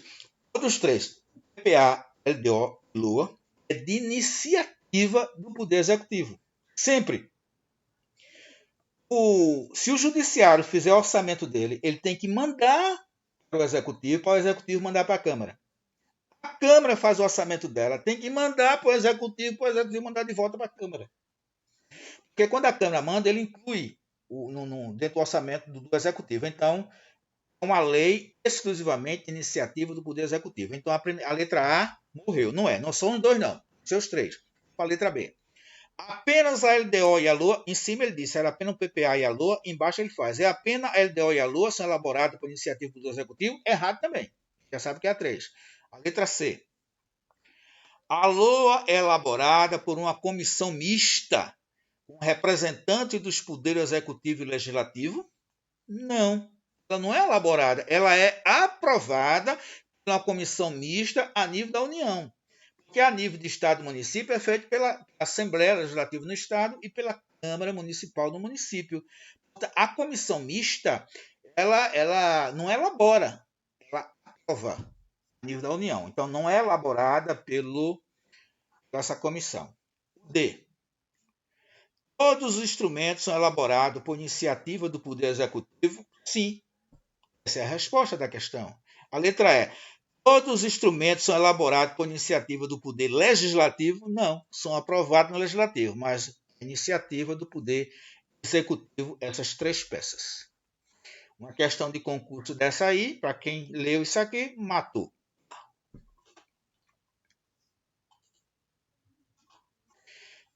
E o fundamento da resposta acima. Segundo o artigo 165 da Constituição Federal de 88, artigo 165, Lei de Iniciativa do Poder Executivo, estabelecerão, tá vendo? O fundamento, o plano anual, inciso 1º, as diretrizes orçamentárias, segundo, e os orçamentos anuais, o terceiro. Logo, todos os instrumentos são elaborados por iniciativa do Poder Executivo. Resposta, letra B.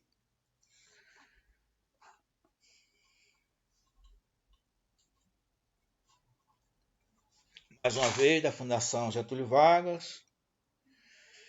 No processo de elaboração do projeto de lei orçamentária anual, conforme disposições constitucionais, o prazo para o envio da proposta para apreciação é até o prazo de envio para a proposta do orçamento. Essa aqui, a resposta aqui, é baseada a nível da União. Se vai fazer um concurso público, pede que leia a lei orgânica do município, muitas vezes são essas datas, porque, digamos, no estado de Pernambuco é outra data, no município de Caruaru é outra data. Geralmente, concurso público vem geral, porque a União, você não tem obrigação de saber de cada estado, aí ele dá o da União. Né? Ele quer saber o prazo. No prazo da elaboração do projeto de lei orçamentária anual, conforme disposições constitucionais, conforme a Constituição, o prazo para o envio da proposta para apreciação é até. Ou seja, que prazo eu tenho para enviar o orçamento para o Legislativo? Aí ele faz 4 meses antes do encerramento do exercício financeiro. Olha só. 4 meses antes do encerramento do exercício financeiro, O exercício financeiro é aquele período que vai de 1º de janeiro a 31 de dezembro. 8 meses antes, até o dia 31 de agosto. 31 de agosto, aí termina agosto, aí vem setembro, outubro, novembro, dezembro, 4 meses antes. Então, é este o prazo que eu tenho. Vou deixar stand-by, se é até os 4 meses. A letra B. 4 meses antes do encerramento do primeiro exercício financeiro, isso aí ficou vago. Né? Você já mata essa aí porque ele cita os 4 meses, mas ele pergunta se é antes do primeiro exercício financeiro. Porque eu vou ter o primeiro exercício financeiro, vou ter o segundo, vou ter o terceiro. Em cada exercício financeiro, eu vou mandar uma proposta lá, LDO ou LUA. Mas quando se fala do PA, até o dia 31, poderia aceitar essa questão. Por isso, vamos deixar aí esse stand-by, mas a gente descarta ela. 4 meses e meio antes do encerramento do exercício financeiro, essa a gente já mata que não é. 8 meses e meio antes do encerramento do exercício financeiro, também não é. 8 meses e meio antes do encerramento do primeiro exercício financeiro, também não é. Aí a gente vai discutir a letra A e a letra B. Por via de dúvida, a gente vai para a fundamentação. O que ele diz lá? A DCT, né, que é o ato das transições constitucionais transitórias. E faz assim. Quanto aos prazos, a Lei Orçamentária Anual Federal, tá certo? É que está na Constituição, porque as outras vai estar na Constituição Estadual, as dos municípios vai estar na Lei Orgânica. Você sabe que a Constituição dos municípios é a Lei Orgânica Municipal, né? Quanto aos prazos, a Lei Orçamentária Anual Federal segue a ADCT, os atos das disposições constitucionais transitórias. O projeto de lei orçamentária anual deverá ser encaminhado ao Legislativo 4 meses antes do término do exercício financeiro, é o mês de 31 de agosto, 31 de agosto, e devolvido ao Executivo até o encerramento da sessão legislativa, no dia 22 de dezembro do exercício de sua elaboração. Portanto, a resposta certa seria a letra A, né? A letra A da alternativa. Que é que ela diz, ó. A letra A que ela diz aqui, ó. Ele diz assim: 4 meses antes do encerramento do exercício financeiro. Está corretíssimo aí.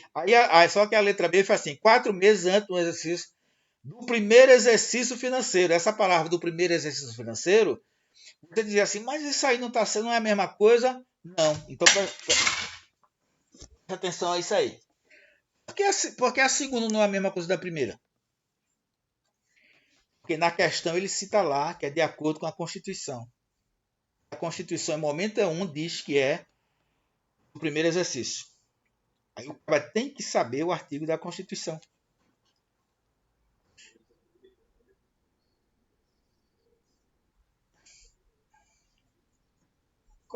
Mais ou menos, a gente pode entender dessa forma. Mas a gente vai mais além dessa interpretação sua. A gente tem que conhecer esse artigo aqui para matar com segurança a letra A. Em momento nenhum, ele diz aqui o que está dizendo na letra B. Em momento nenhum, ele diz que é do primeiro exercício financeiro. A lei não diz isso, a Constituição não diz. A Constituição diz, quanto aos prazos, a Lei Orçamentária Anual Federal segue a ADCT. O projeto de lei orçamentária anual deverá ser encaminhado ao Legislativo 4 meses antes do término do exercício financeiro. Né? Por quê? Ele está de acordo com a Constituição. Agora, se ele não citasse a Constituição Federal, ele não citasse a Constituição, você poderia até considerar aquela questão ali para marcar ela, mas com risco de ir errando. Mas aqui ele já fundamentou, de acordo com a Constituição. O que é que a gente deve entender com isso? Que a gente tem que saber os artigos da Constituição quando está estudando orçamento público. Sim.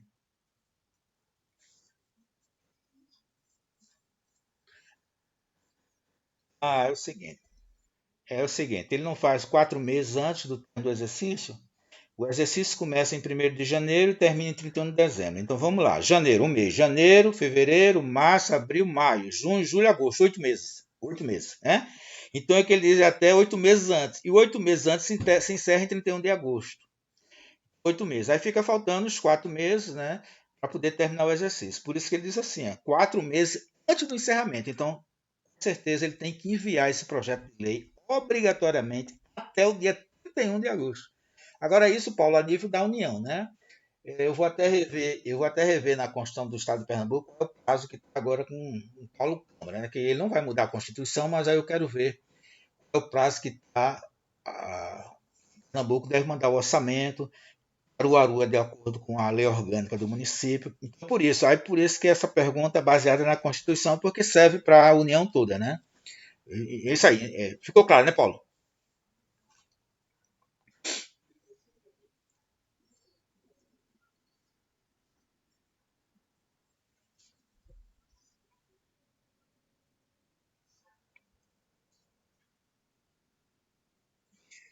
Certo.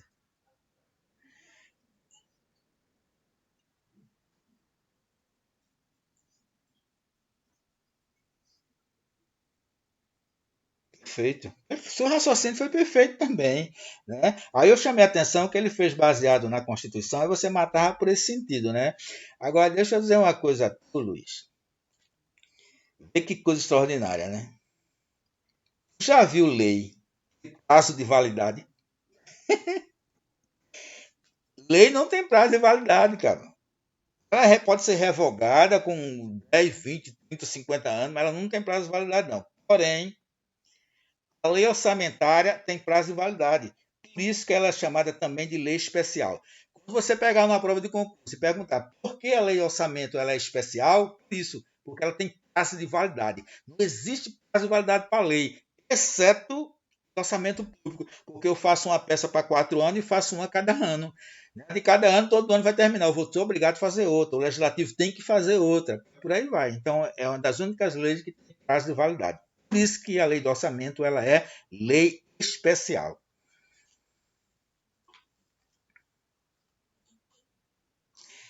Essa aí. Todas elas fez concurso da Fundação Getúlio Vargas. Depois eu vou trazer de outros concursos para que vocês entendam o seguinte, que não é bicho de sete cabeças uma disciplina dessa. Eu faço questão de deixar aí as bancas examinadoras para você saber como é que elas cobram. Não se torna difícil quando a gente conhece o assunto.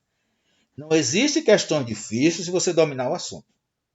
Olha o que, o que ela faz. De acordo com a Constituição Federal, sob pena de crime de responsabilidade, nenhum investimento cuja execução ultrapasse um exercício financeiro poderá ser iniciado sem prévia inclusão. Eu vou explicar aqui para a gente matar isso aí, né? Que a gente não discutiu isso lá em cima.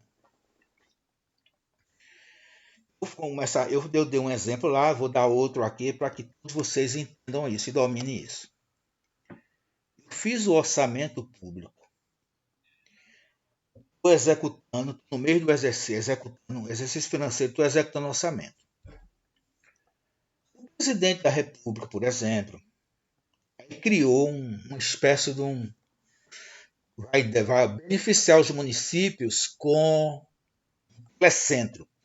Vai beneficiar os municípios, dando cumprimento ao planejamento do governo federal para criar um telecentro para os alunos carentes acessar computador, ter conhecimento de informática e resolver um problema. Um deputado da vida desse aí conseguiu esse projeto para o município X. Aí conseguiu o projeto, aí recebeu recursos. Esse projeto vai durar a vida toda. A pergunta é: o município já pode começar a construir esse telecentro, já pode dar iniciativa? Não. Por quê? Porque o projeto de duração continuada vai passar mais de um exercício, obrigatoriamente eles têm que estar incluso no PPA. Naquele programa, naquele levantamento do planejamento que foi feito o planejamento, então ele já tem que estar lá. Se não tiver, não posso iniciar o programa. Eu tenho que ter uma lei autorizando a inclusão dele no PPA para que eu possa executar. Aí eu vou mais além. Vamos supor que o prefeito não quer fazer. Não deixa esse dinheiro aí, não. Deixa esse dinheiro aí na caixa aí, que eu não vou fazer isso não. Aí o dinheiro vai ficar lá, vai ficar lá. Acredito vocês que isso acontece. Aí o dinheiro vai de volta. o dinheiro é devolvido. Mas só tem um problema. E um outro problema para o município. Por quê? Porque vamos supor que ele recebeu uma liberação de R$ 2 milhões. Ficou lá na caixa e o gestor não usou porque não quis fazer o telecentro. Vai ter que devolver. Obrigado a devolver. Só que ele vai devolver com juros e correções monetárias. O dinheiro não fica parado, não pode ficar parado. Então o prefeito vai ter que devolver os 2 milhões que ele não usou, corrigido. Tá? Então a resposta aí que é justamente o plano plurianual. Quando ele diz assim, de acordo com a Constituição da República, sob pena de crime de responsabilidade, né? Você foi irresponsável com isso, nenhum investimento cuja execução ultrapasse um exercício financeiro poderá ser iniciado sem prévia inclusão no PPA. Se não tiver incluído num PPA, você não pode dar início. E se você não iniciar de jeito nenhum, você devolve o recurso com juros e multas e ainda enquadrado em crime de responsabilidade. Vamos ver aqui a fundamentação. Nenhum investimento cuja execução ultrapasse um exercício financeiro poderá ser iniciado sem prévia inclusão no plano plurianual. Ou seja, ou sem lei que autoriza a inclusão, sob pena de crime de responsabilidade. Tá? Além de estar lá, que tem uma lei permitindo que você inclua. Você não pode, abrir o prazer, botar qualquer coisa no PPA, não, porque ele já se tornou lei. Então você tem que ter uma lei agora do legislativo, né, para poder aprovar você incluir no PPA. Tá? É como se fosse um adendo, né? Adicionar alguma coisa na lei. Então, se não tiver, vai. Portanto, resposta letra B. Ficou claro isso, né?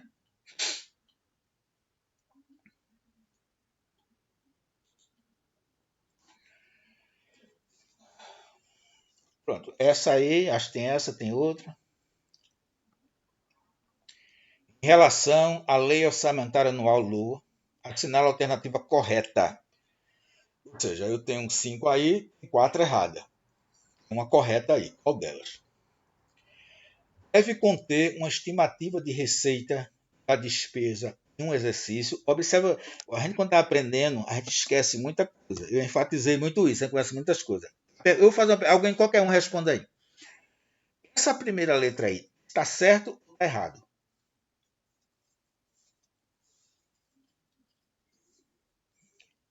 Como?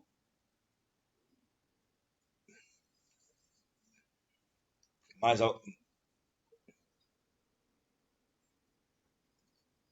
diga.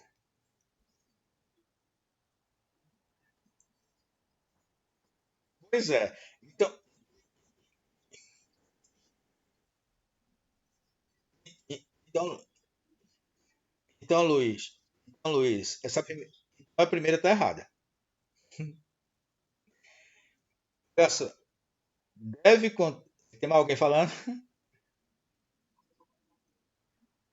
Bom, vamos ver, vamos ver. Vamos discutir a primeira que está errada. Isso por quê? Deve conter a fixação. Não, a letra A deve conter uma estimativa de receita. Perfeito.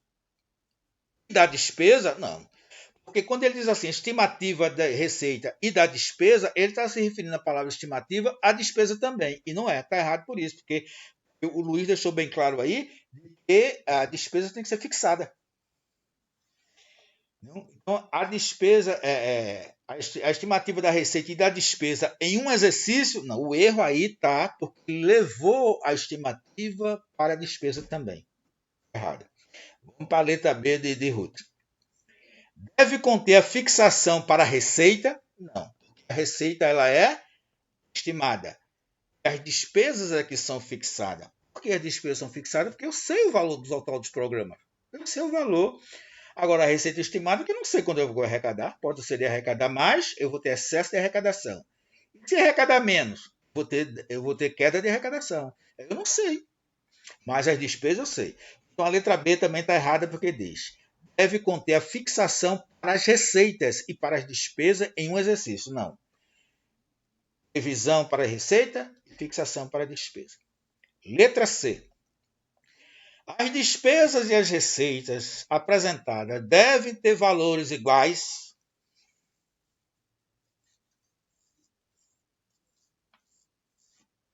Quem chuta?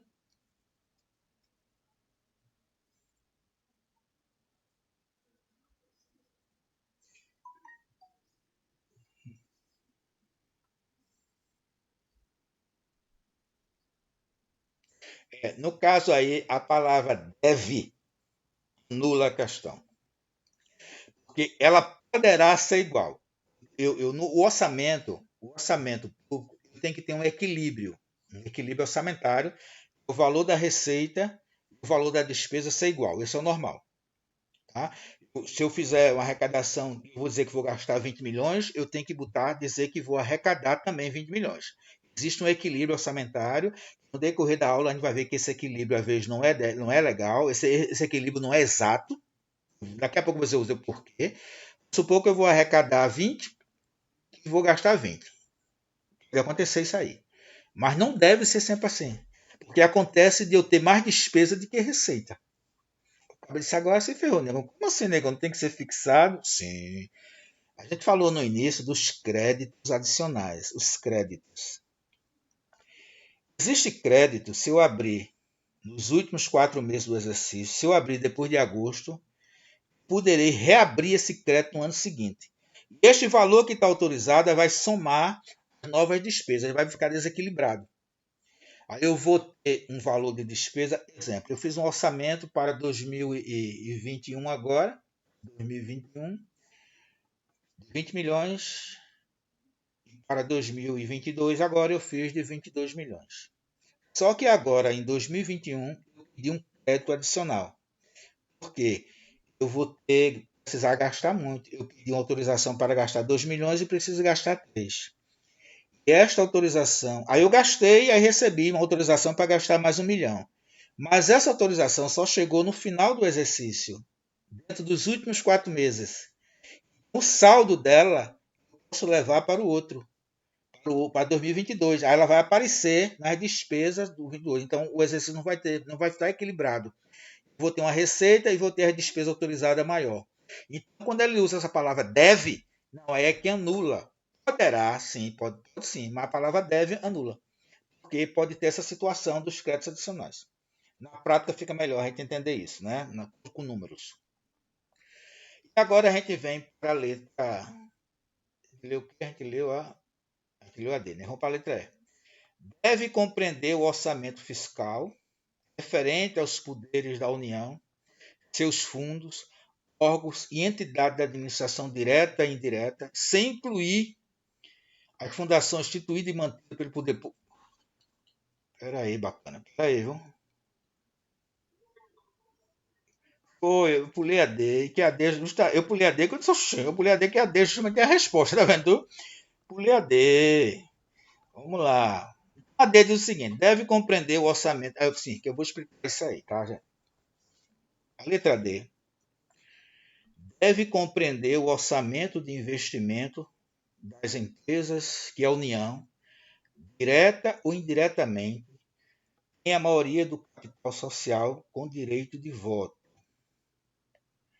Essa é a correta, eu vou dizer porque eu gosto. Deixa eu pular para a última, dizer porque a última está errada e a gente vai discutir essa letra D, que é a correta. Vamos entender por que ela está certa e por que essa letra E está errada. A letra E diz assim: deve compreender o orçamento fiscal referente aos poderes da União. Aí eu vou explicar a vocês o que é orçamento fiscal. Seus fundos, órgãos e entidades da administração direta e indireta, sem incluir as fundações instituídas e mantidas pelo poder público. Como responder? Por que a letra E está errada? Por que a D está certa? Deve compreender o orçamento fiscal.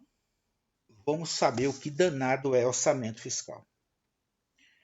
Dentro de um orçamento público, existe 3 tipos de orçamento. A gente viu 3 tipos de peça. Ardeu e Lua. Morreu. É o orçamento. Mas dentro existe 3 tipos de orçamento. Eu vou fazer por exclusão para a gente entender. Existe o orçamento fiscal. Existe o chamado orçamento da Seguridade Social. O da Seguridade Social é dividido em 3. Por isso que eu digo que é 3, porque eu tenho o orçamento fiscal e tenho o orçamento da Seguridade Social. O da Seguridade Social é dividido em 3 orçamentos. Vou explicar esse que a gente mata o fiscal. Ah, negão, entendi. Ah, tem orçamentos, né? Quais são os orçamentos da Seguridade Social?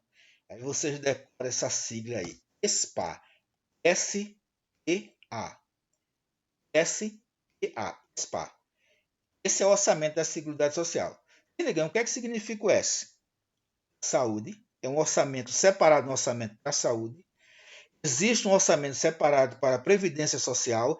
Existe um orçamento separado para a assistência social. Então, eu tenho o orçamento da saúde, eu tenho o orçamento da Previdência e eu tenho o orçamento da assistência social. Então, esses três orçamentos juntos chama-se Seguridade Social. Então, eu tenho a Seguridade. E qual é o orçamento fiscal? Todos os outros. O dinheiro para finanças, o dinheiro para a Secretaria de Infraestrutura, o dinheiro para turismo, qualquer outro orçamento para outra área que não seja saúde, previdência e assistência social é orçamento fiscal. E esses três juntos chama-se orçamento da Seguridade Social. Ficou claro isso, colegas?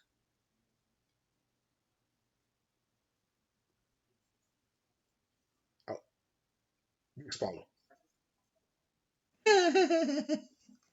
Cara, é fantástico.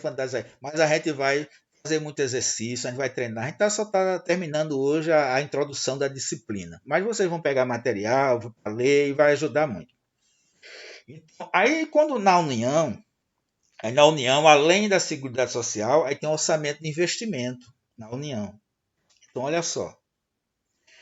Nos estados, no município, dentro daquelas três peças tem lá PK, LDO e LOA, eu tenho ali dois tipos de orçamento. Um orçamento chamado orçamento fiscal e um orçamento chamado Seguridade Social. Pronto. A gente mata o da Seguridade Social, o que sobra é o fiscal. O que são os orçamentos da Seguridade Social? É o orçamento da saúde, o orçamento da previdência e o orçamento da assistência social. Esses três orçamentos formam o da Seguridade. Tá? É o que segura, é o que garante a saúde, é o que garante a aposentadoria, é o que garante a assistência social das pessoas. Então, existe orçamento. Tudo que sobra é o orçamento fiscal.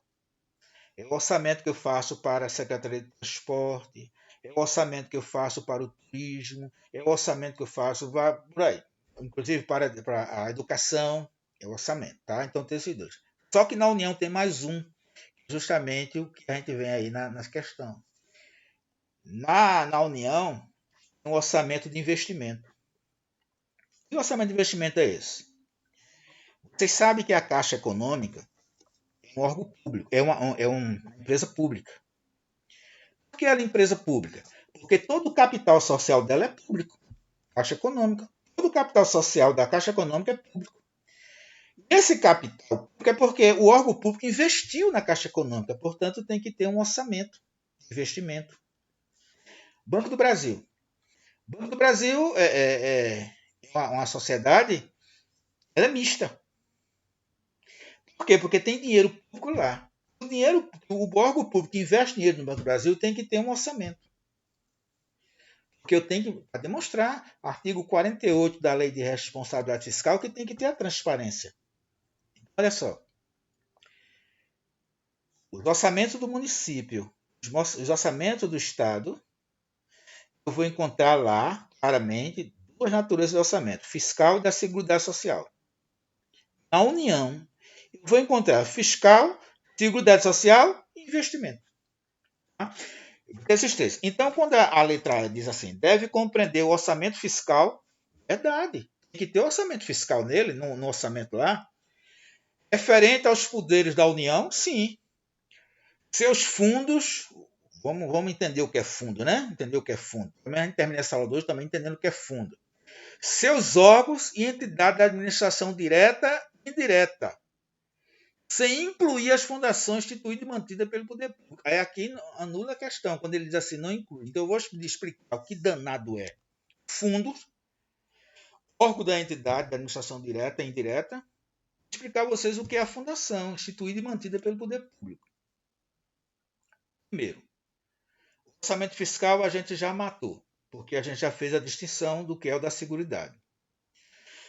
Só que esse orçamento é referente aos poderes da União. Ele falou aqui da União, perfeito. E seus fundos? O que é fundo, negão?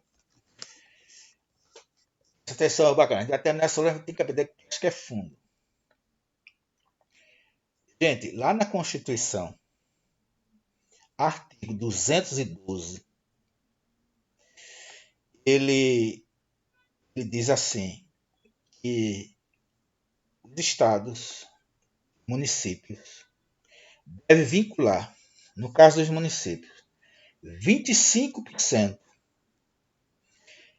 das receitas arrecadadas com imposto. Segura aí, deixa eu inverter aqui para você dizer, outro é. A lei diz que eu não posso vincular imposto à despesa. Eu falei o exemplo do caminhoneiro, do buraco. Eu pago meu imposto e ninguém tapa esse buraco. Não pode se vincular imposto. O imposto não é vinculado. O imposto é arrecadado para gastar com o que o prefeito, o governador, o presidente quer. Não existe vinculação. Eu não posso vincular. Dizer, eu vou arrecadar o IPTU para calçar essa rua. Isso é inconstitucional. O recurso tem que gastar como um todo para a sociedade. Tá? A lei proíbe. Porém, aí eu volto agora ao artigo 212. O artigo diz assim: o município deverá vincular obrigatoriamente 25% da receita arrecadada com a educação. Oxi! Não acabou de dizer, negão, que não pode vincular imposto com despesa? É inconstitucional? Como é que tu está dizendo que a própria Constituição diz que tem que vincular dos impostos arrecadados 25% com a educação? O ato da disposição transitórias diz que, no artigo 77, diz que eu tenho que arrecadar 15% para a saúde, para educação, para a saúde. Não acabou de dizer se vincular é inconstitucional. Como é que tu está dizendo que a Constituição vincula? Pois bem, gente. Aí recebe outro nome para não ser inconstitucional. Recebe o nome de fundos. Então, fundo especial é uma vinculação de imposto com determinada despesa. Porque a lei proíbe, aí botou o nome de fundo. Aí fundo não é proibido. Então, orçamento dos fundos, que são despesas que eu vou gastar com determinado segmento. Também tem que estar lá no orçamento, em complemento dessa questão da letra E. Deve compreender no orçamento fiscal referente aos poderes da União, seus fundos, né, que eu tenho que vincular às despesas, órgãos e entidades da administração direta e indireta. O que são órgãos? Os órgãos não têm personalidade jurídica. Os órgãos são todas as secretarias a nível de município, Secretaria de Saúde, Secretaria de Educação. Elas são órgãos porque elas não têm personalidade jurídica. Como assim, negão? Exemplo prático. Se um motorista da saúde, um motorista lá do hospital, naquela ambulância, derrubar um muro, aí o cidadão vai botar na justiça. Ele vai botar quem na justiça? Ele vai botar a Secretaria de Saúde, lá com o hospital, ou a prefeitura. Ele tem que botar a prefeitura. Ele não pode botar a secretaria, o hospital, no pau. Por quê? Porque o hospital não tem personalidade jurídica. Não assume direito nem obrigações porque é um órgão. Quem tem o CNPJ é a prefeitura. Então, a prefeitura é a personalidade jurídica. É a prefeitura que responde. Então, os órgãos eles são criados para auxiliar o poder executivo. Da Secretaria de Saúde, Finanças, Esporte, todas essas secretarias são criadas para auxiliar o poder executivo. Portanto, elas não têm CNPJ. Acaba de assim. Deixa.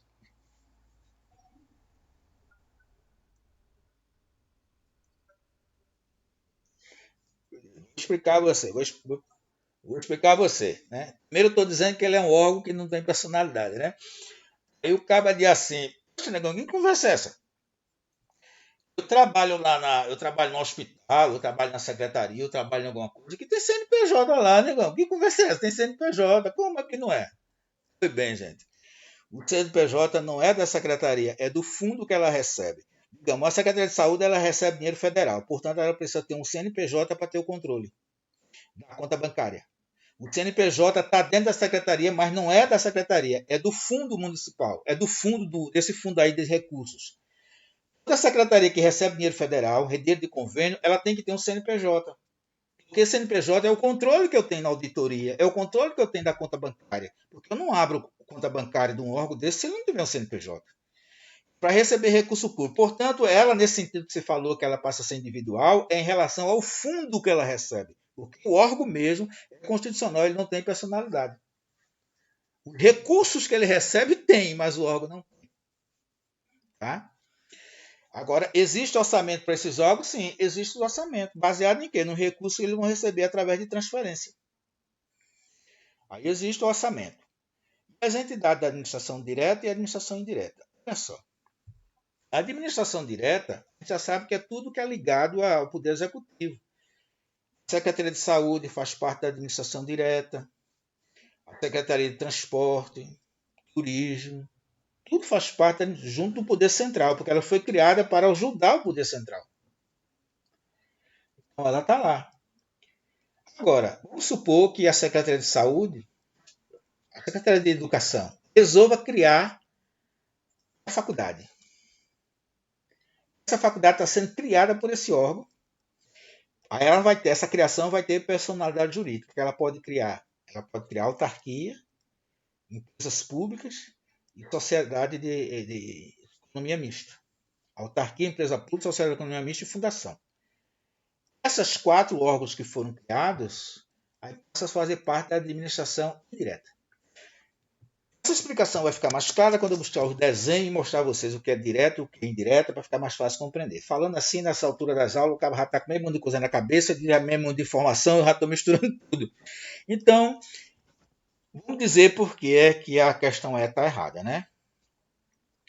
São incluídas fundações instituídas e mantidas pelo poder público, deverá ser compreender o orçamento fiscal referente ao poder da administração, seus fundos, órgão de administração direta e indireta, sem incluir as fundações instituídas e mantidas pelo poder público. Aí o erro está aí, porque tem que incluir as fundações públicas mantidas pelo poder público, tem que ser inclusa, ela faz parte da administração indireta. A letra D está certa, deve compreender o orçamento de investimento das empresas em que a União, que a gente falou, né, todo esse investimento que faz no Banco do Brasil, Caixa Econômica, a Petrobras, deve constar no orçamento, direta ou indireta, detenha a maioria do capital social com o direito de voto. Então, se eu faço parte de uma sociedade, mesmo ela sendo privada, mas o dinheiro que está lá é um dinheiro público, eu sou obrigado a botar isso no orçamento de investimento. Tá? Então, a certa aí seria a letra D e ver essa última aqui. Aqui vem a fundamentação. Ó.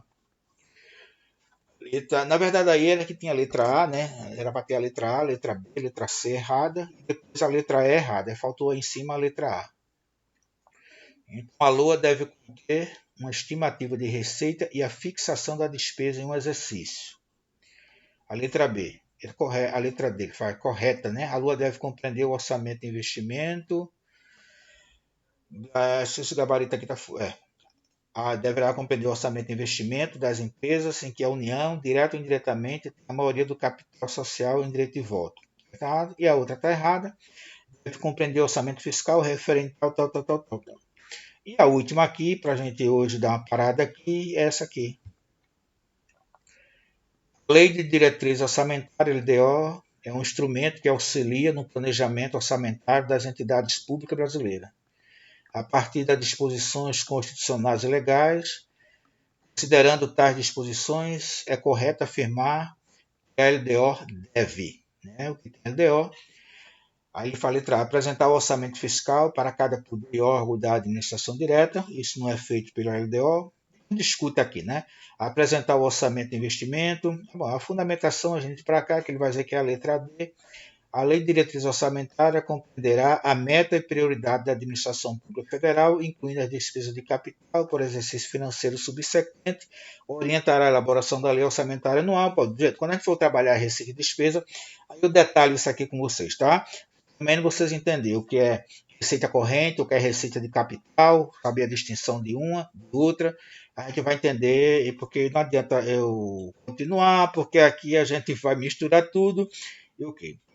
Então, hoje, Próxima aula a gente vai dar uma explicação lá e a gente vai começar a estudar isso aqui. A disposições preliminares da Lei de Responsabilidade Fiscal, a fundamentação do planejamento, receita pública, despesa pública, as transferências voluntárias, a destinação de recursos públicos para o setor privado e por aí vai, né? A gente vai tudo em cima da Lei de Responsabilidade Fiscal, tá bom?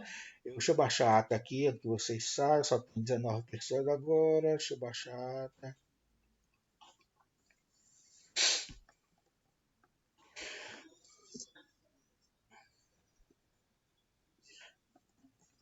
Eu vou botar no grupo de vocês agora, e essa aula de hoje, aí eu vou gravei a outra, aí ficou sem áudio, a primeira aula.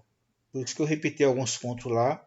Aí eu já testei essa antes, aí eu boto no YouTube e mando o link para vocês dessa aula, viu? Ainda hoje eu já boto no grupo. O material eu vou botar assim que eu terminar aqui, eu já transformo em PDF e mando para vocês esse material.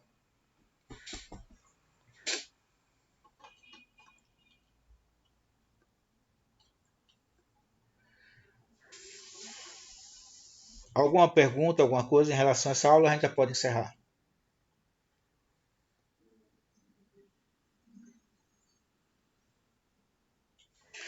Tranquilo, bacana.